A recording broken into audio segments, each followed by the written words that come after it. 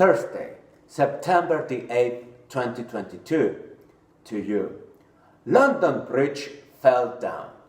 Her Majesty Elizabeth II, by the grace of God of the United Kingdom of Great Britain and Northern Ireland, and of her other realms and territories, Queen, head of the Commonwealth and defender of the faith, made her walk to history today, Thursday, September the 8th, in the year of our Lord 2022, at 17 hours 30 minutes UTC, as it was announced from Buckingham Palace. Her Majesty passed away at the age of 96, the longest living monarch in British history. Her reign lasted 70 years and 214 days, making her the longest reigning monarch as well. Both facts have profound implications in this succession. When then Prince Elizabeth became Queen on February the 6th, 1952, the world had 2,590 million people. Nowadays, 7 decades later, world population is around 7,973 million people. For all of us born in between, Queen Elizabeth has been the only British monarch we have known.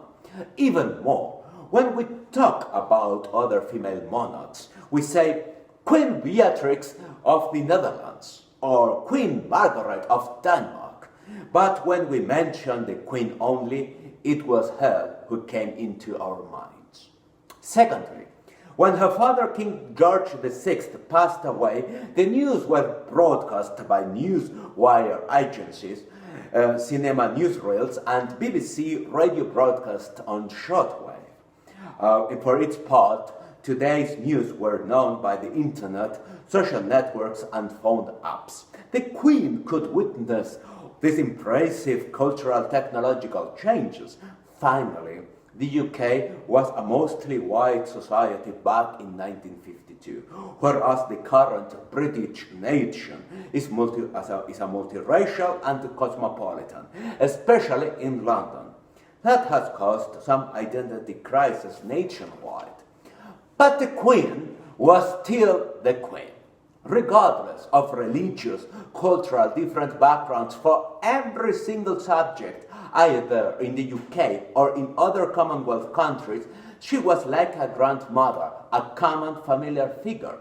Whenever Britain was amidst a crisis such as the Troubles, the 1982 Falkland War, and more lastly the COVID-19 pandemic, people's faces always turned to Her Majesty.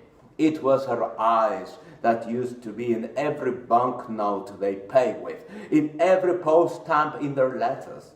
Therefore, beyond than a mere period of mourning, what their subjects must be feeling right now is something akin to orphanhood, as if the last living knots which served as an attachment with the glorious part of the British Empire were finally untied.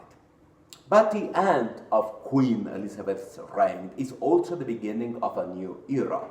Her oldest son, Charles III, is commencing his moment in history. Ironically, at his 74 years old, the new monarch is starting his job at an age in which everyone is retiring. On top of that, the historic context surrounding his accession to the throne is not bad. Worse than that, it is of a mediocrity. Inflation rate is soaring. Energy is becoming scarce and expensive due to the ongoing war in Ukraine. There is an uprising of nationalist movement in Scotland and Northern Ireland due to Brexit and overall an increasing dysfunctional political system. In addition, Republican debates in many Commonwealth countries like Australia, New Zealand, Jamaica, with the notorious exception of Canada, which has always lacked to differentiate itself from their southern neighbors, have been dormant mostly out of respect to Queen Elizabeth. Will this be resumed? Only the future knows.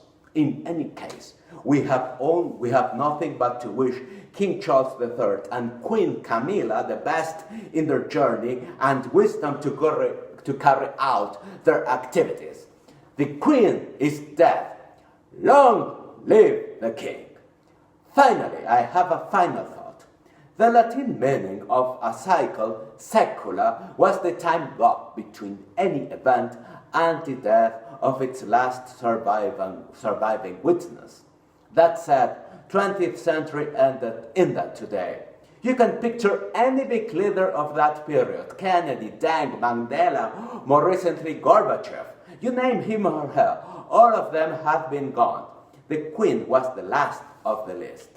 Accordingly, the state of adjournment in the UK and the Commonwealth is a sign that time is moving ahead, no matter how counterintuitive this reasoning can be. Farewell, 20th century. The world is still on.